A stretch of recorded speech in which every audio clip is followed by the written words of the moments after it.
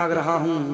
मेरी पत्नी की मृत्यु हुई तो उसे देखने वाला मैं था, आखिर किस तो मुझे देखने वाला कौन होगा। तो नगर निगम वालों को मैंने फोन कर दिया है, शायद थोड़ी देर में आते होंगे, तो हम दोनों का अंतिम संस्कार ठीक प्रकार से कर देना। फलानी तिजोरी में इतने रुपए रखे हैं, उन रुपयों को नगर निगम वालों को दे देना। और ये घर मैं तेरे नाम वसीयत लिख करके जाता हूँ, इस घर में आज से तेरा राज चलेगा। माता बहनों सज्जनों, जिस पुत्र के लिए हम फूले फिरते हैं, जिस पुत्र को हम सब कुछ मानते हैं, सब कुछ समझते हैं, आज के समय में वो पुत्र हमें अंतिम संस्कार में शामिल होना भी उचित नहीं समझते, वो हमारे अंतिम संस्कार में भी शामिल नहीं होते। फिर ये बेटा और बेटी का भेद क्यों, ये पुत्र और पुत्री का भेद क्यों? तो माता बहनों सज्जनों, निवेदन करना चाहता हूं, आप लोग भी कंस की भांति अपने नौनिहाल बच्चों की हत्या मत करो। ये दुर्भाग्य है भारत देश का, हमारी संस्कृति का, हमारे धर्म का, हमारे धर्म ग्रंथों का, हमारे ऋषि मुनियों का, कि मेरी इस भारत भूमि में जहां माता पिता को तीर्थ कराने के लिए श्रवण कुमार अपने माता पिता की जिम्मेदारी अपने कंधों पर लेता है, उस भारत देश में, उस रामकृष्ण के देश में, उस श्रवण कुमार के देश में आज हमारी माताओं के लिए, हमारे पिताओं के लिए वृद्धाश्रम खुल गए। ये खुशी की बात नहीं, ये दुर्भाग्य की बात है। जहां कहा जाता है कि मातृवान, पितृवान, आचार्यवान पुरुषो वेदो, कि हमारी संस्कृति में माता, पिता और आचार्यों का सर्वोच्च स्थान है, सबसे ऊंचा स्थान है। उस भारत देश में माता पिता और आचार्यों के लिए ये वृद्धाश्रम खुल गए। ये हमारी संस्कृति के लिए एक बहुत जोर का तमाचा है। ओहो, निवेदन करना चाहता हूँ, अपने घर में पुत्र पुत्रियों को सम्मान दो, ताकि आपके पुत्र पुत्रियां आपको सम्मान दे सकें। ये दुर्भाग्य है मेरे भारत देश का। आज भारत देश की सरकार को प्रत्येक बड़े हॉस्पिटल में एक पालना गृह बनाना पड़ रहा है, कि अगर आपसे बच्चों का पालन पोषण नहीं किया जाता तो आप हमें दे करके जाओ। ऐसा कोई काम मत करो जिससे कि मेरी भारतीय संस्कृति, मेरी हिंदू संस्कृति, मेरी वैदिक संस्कृति, मेरे ऋषि मुनियों की संस्कृति, मेरे राम और कृष्ण की संस्कृति पर कोई धब्बा लगाए। समझने का प्रयास करना माता बहनों सज्जनों। आज कंस को तो हम इसलिए गालियां देते हैं क्योंकि कंस ने अपने भाइयों की हत्या कर दी थी, लेकिन हम तो स्वयं अपने ही पुत्र पुत्रियों की हत्या कर देते हैं। हमसे बड़ा पापी दुनिया में कौन है?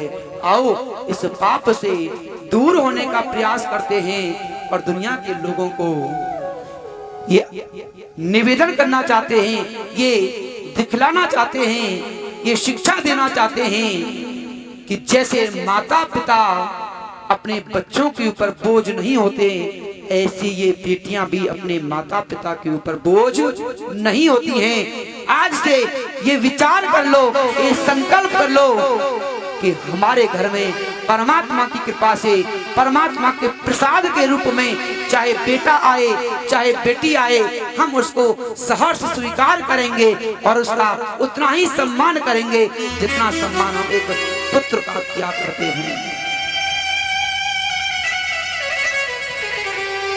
आप नवरात्रि का व्रत रख रहे हो, माता बहनों सज्जनों, अगर आप अपने घर में बेटियों को नहीं बुलाओगे तो नौवीं के दिन देवियों को पूजने के लिए बेटियां पाकिस्तान से लाओगे क्या? 9 देवी पूजने के लिए बेटियां चाहिए, लेकिन अपने घर में जन्म नहीं लेनी चाहिए।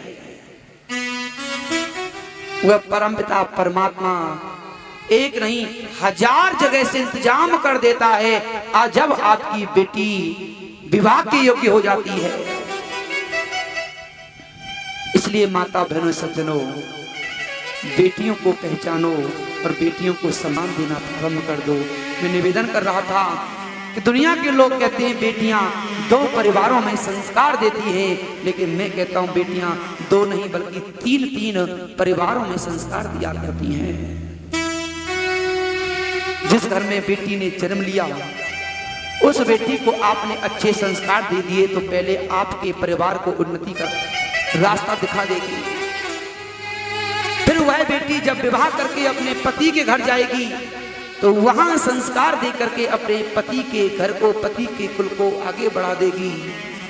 और जब उस बेटी की भी बेटी होगी तो वो बेटी तीसरे परिवार में जाकर के उस तीसरे परिवार का भी नाम रोशन कर देगी और कहेंगे धन्य है वो माँ जिसने अपनी बेटी को ऐसे संस्कार दे करके विदा किया है। बताने को तो बातें बहुत सारी हैं। आज के समय में आप अपनी बेटी को जब घर से विदा करते हो तो सिवाय संस्कार के बाकी सब कुछ दे देते हो। जिसकी सबसे ज्यादा आवश्यकता थी उसको ना दे करके बाकी सब कुछ दे दिया। तो सुना है ना आपने, पूत सपूत तो क्यों धन संचय और पूत कपूत तो क्यों धन संचय। जब बेटी को संस्कार दे दिए तो बेटी टोटे में भी अपनी नैया को पार कर ले जाएगी। और संस्कार नहीं दिए तो चाहे दुनिया की सारी संपत्ति दे देना, लेकिन जब संस्कार नहीं होंगे तो सारी दुनिया की सारी संपत्ति भी उस बेटी का बेड़ा पार नहीं कर पाएगी।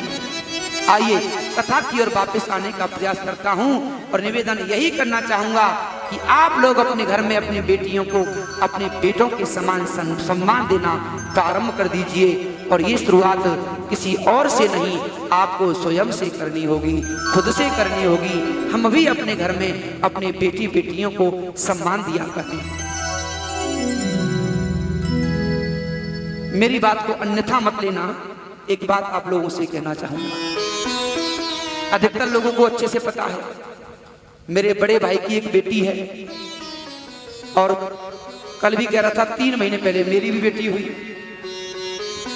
जब किसी ने पूछा क्या हुआ तो मैंने कहा बेटी।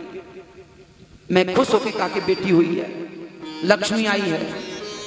तो जिनकी थोड़ी सोच थोड़ी छोटी, जो बता रहा था अभी, कहने लगी लड़की तो बेटी तो पहले से थी, बेटा और आ जाता। देखो सोचने वाली बात है। मैंने कहा अगर मेरे यहाँ बेटा आ जाता तो मेरे भैया भाभी बुरा मान जाते कि परमात्मा हमने तेरे साथ क्या बुरा किया था कि हमें तो बेटी दी, इसको बेटा दे दिया।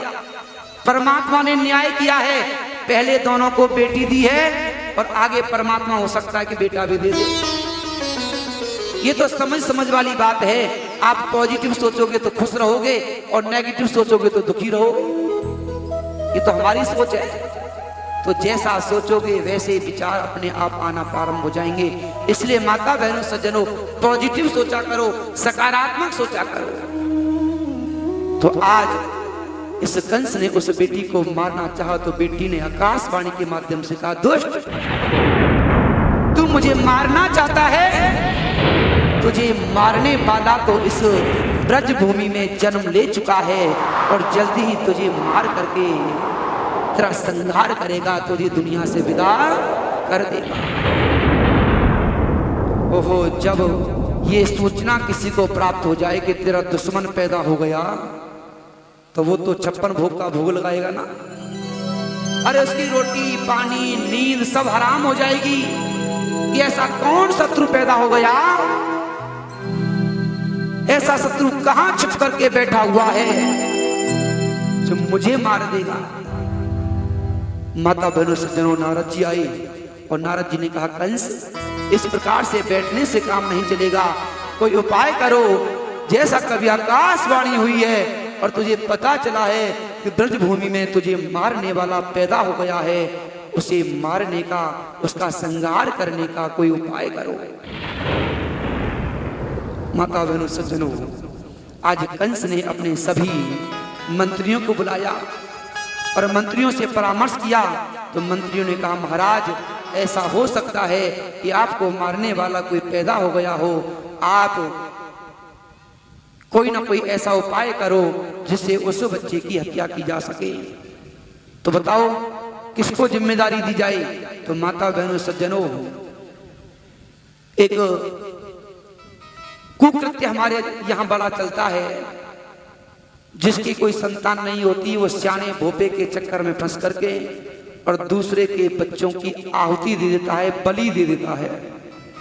थोड़ी सी परंपरा कम हो गई है, लेकिन यहीं अभी अशिक्षा है, लोगों में ज्ञान नहीं है, वहां अभी भी ऐसा होता है। तो जिसके कोई पूत नहीं है उसे क्या कहेंगे? नापूत। अर्थात जिसके कोई पूत नहीं है उसे हम पूतना के नाम से जानते हैं।